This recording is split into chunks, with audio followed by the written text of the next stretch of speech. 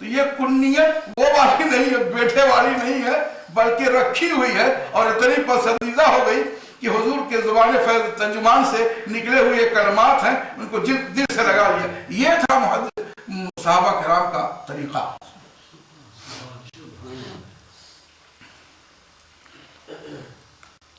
اور ان کا لقب فاروق کیوں ہے، اس کی بھی وضاحت کر دی ہے کہ جب ایسا ہوا کہ اللہ کے رسول صلی اللہ علیہ وسلم نے جب اسلام کی تبلیغ شروع کی اور دھیرے دھیرے لوگ ایمان لانے لگے، پوری تفصیل ہے، سنا ہوگا آپ حضرات نے، جتنا یہاں مختصر بیان کیا میں مختصر بیان کر کے حساب سے اس بات کو مکمل کروں گا کہ دو اشخاص یہاں یہ روایت ہے، اور راوی اس کے عبداللہ ابن عباس رضی اللہ عنہما ہیں، ایک منافق اور ایک یہودی، یہ بھی واقعہ سنایا آپ حضرات کا، ایک منافق اور یہودی دونوں آپس میں جھگڑ گئے، اور جھگڑ کے حضور صلی اللہ علیہ وسلم کے پاس گئے۔ یہودی نے تو یہ کہا کہ ہم فیصلہ حضور کے ہاں کرائیں گے، اس نے منافق نے پہلے جھٹکے میں کعب بن اشرف کا نام لیا، لیکن وہ مانا نہیں، تو یہ دونوں گئے، جس کو یوں حدیث میں بیان کرتے ہیں کہ ثم انہما احتکما الی رسول اللہ صلی اللہ علیہ وسلم، پھر ان دونوں نے فیصل مان لیا اللہ کے رسول صلی اللہ علیہ وسلم کو، اور انہی کے ہاں فیصلہ کرنے کے لیے چلے گئے۔ فحکم یہودی، تو حضور صلی اللہ علیہ وسلم نے فیصلہ فرما دیا یہودی کے حق میں۔ فلم یرضی منافق خوش نہیں ہوا، اس لیے اس کے حق میں فیصلہ نہیں ہوا، اور یہ سمجھ کے اس لیے لے گیا تھا کہ اظہار ایمان تو میں کرتا ہوں، اور یہ نہیں سمجھ رہا تھا کہ جب اولیاء کرام ان کے پیچھے چلنے والوں کا حال یہ ہے کہ دل کے دھڑکنے جان دیتے ہیں، جس کے ہم لے جا رہے ہیں وہ نبی ہے، وہ عالم غیب ہے، اس سے کہاں چھپے گا؟ تو بجائے اس کے کہ یہ سمجھ کے جو ایمان ہم نے کفر چھپا رکھا ہے اور امنا ہم کہتے ہیں، تو یہ ہمارے حق میں فیصلہ کریں گے، لا الہ الا اللہ ظاہری زبان سے لا الہ الا اللہ محمد رسول اللہ پڑھنے کی وجہ سے، تو جب اس کے حق میں فیصلہ نہیں ہوا تو منافق راضی نہیں ہوا، اور کہا نتحاکم الی عمر بن خطاب، کہ تو نے فیصلہ کرا لیا، ہم نہیں مانتے، چلو عمر بن خطاب کے پاس، ہم وہاں فیصلہ کرائیں گے، یہ سمجھنے کے لیے کہ تو بہت سخت ہیں، یعنی کافروں کے لیے ننگی تلوار ہیں، تو جو ان کے ہاں چلے گا یہودی کو دیکھتے ہی چراغپا ہو جائیں گے اور فوراً اس کا کام تمام کر دیں گے۔ بہرحال یہودی نے انکار نہیں کیا، سر میں گیا۔ فقال یہودی، یہ لوگ عمر فاروق رضی اللہ تعالیٰ عنہ کو پہنچے تو کہا یہودی نے حضرت عمر رضی اللہ تعالیٰ عنہ سے، قضا لی رسول اللہ صلی اللہ علیہ وسلم فلم یرضی، کہ ہمارے لیے اللہ کے رسول نے فیصلہ کر دیا، لیکن ان کے فیصلے سے یہ راضی نہیں ہوا۔ حضرت عمر فاروق نے پوچھا کیا صحیح ہے، تاکہ تصدیق ہو جائے، بغیر تصدیق کے بات اچھی نہیں ہوگی۔ مدعی نے کہا نا کہ فیصلہ ہو چکا، نہیں مانا، پوچھا حضرت عمر فاروق نے کہ کیا بات صحیح ہے، تو نے فیصلہ نبی کا نہیں مانا، آقا کا نہیں مانا؟ تو اس نے تائید کی۔ فقال عمر المنافق اکذالک، کیا ایسے ہی ہے؟ کہا ہاں۔ فقال، حضرت عمر بن خطاب رضی اللہ تعالیٰ عنہ نے کہا مکانکما، نہیں ٹھہرو، نہیں رہو، حتی اخرج الیکما، یہاں تک کہ میں پھر گھر میں سے نکل کے تم لوگوں کی طرف آؤں۔ فدخل، گھر میں داخل ہوئے، فاخذ سیفہ ثم خرج، بس پکڑا تلوار ننگی اور نکلے۔ فضرب بہ عنق المنافق، کچھ پوچھا نہیں، تلوار اٹھائی اور منافق کی گردن پہ مار دی، حتی برد، یہاں تک وہ ٹھنڈا ہو گیا، یعنی ختم ہو گیا۔ اور فرمایا، اس کے بعد فرمایا ہاکذا اقضا لمن لم یرض بقضاء اللہ ورسولہ،